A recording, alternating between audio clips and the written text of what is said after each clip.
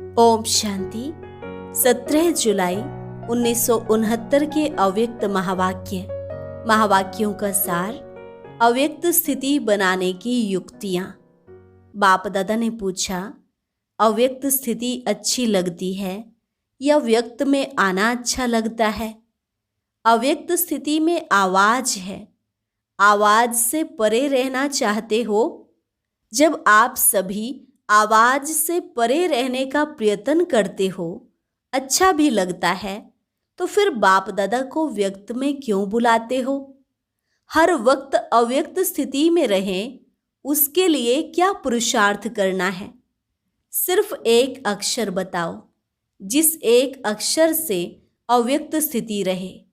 कौन सा एक अक्षर याद रखेंगे जो अव्यक्त स्थिति बन जाए?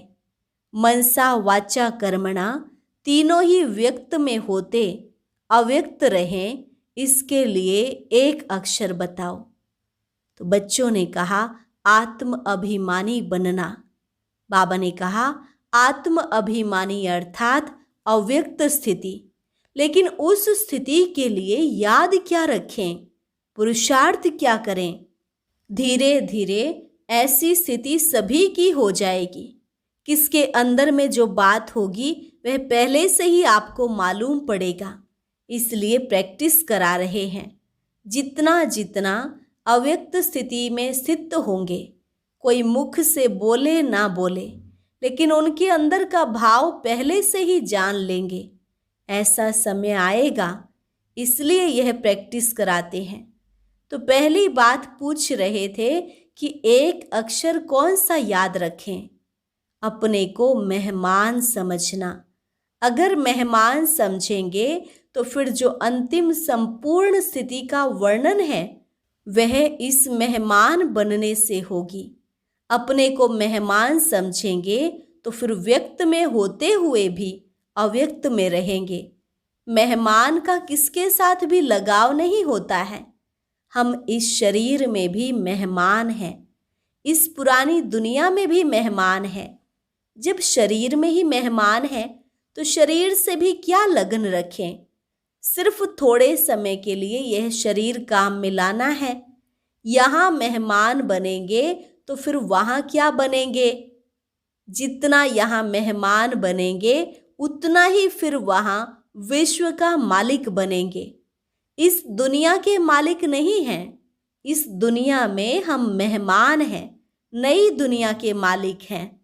यह जो व्यक्त भाव में आ जाते हैं उसका कारण यही है, अपने को मेहमान नहीं समझते हैं, वस्तुओं पर भी अपना अधिकार समझते हैं, इसलिए उनसे अटैचमेंट हो जाती है। अपने को अगर मेहमान समझो तो फिर यह सभी बातें खत्म हो जाएं।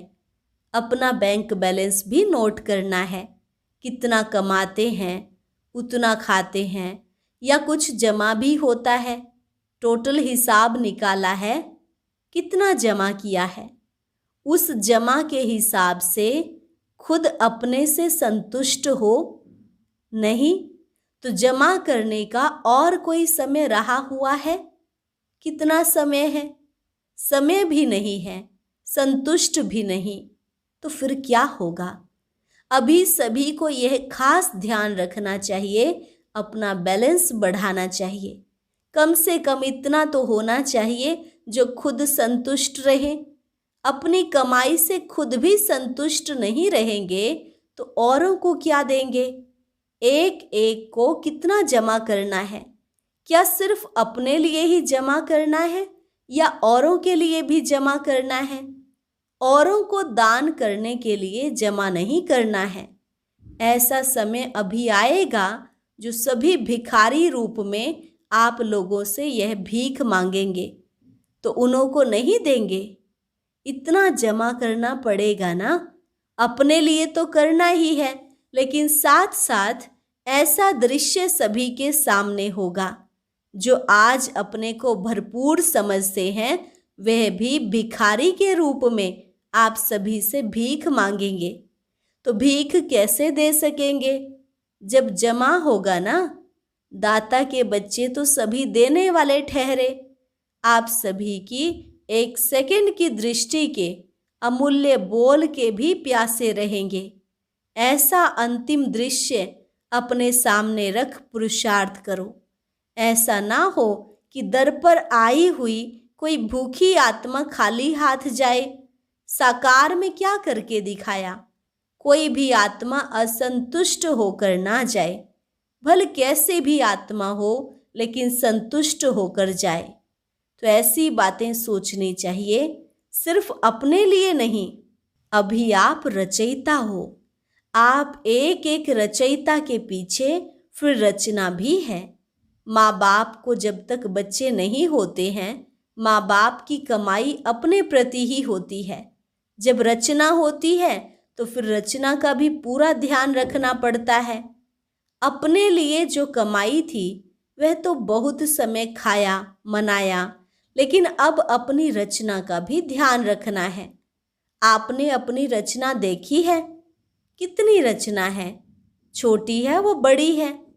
बाप दादा हर एक की रिजल्ट देखते हैं। एक एक सितारे की कितनी रचना है। जितनी यहाँ रचना होगी उतना वहाँ बड़ा राज्य होगा। यहाँ कितनी रचना रची है? अपनी रचना देखी है? भविष्य को जानते हो? रचयिता तो सभी हैं, लेकिन बड़ी रचना की है या छोटी रचना की है? बच्चों ने कहा आश तो बड़ी की है। बाबा ने कहा बड़ी रचना के साथ फिर जिम्मेवारियां भी बड़ी हैं। अच्छा, और अब यह एक बहुत अच्छी वीडियो भी जरूर देखें।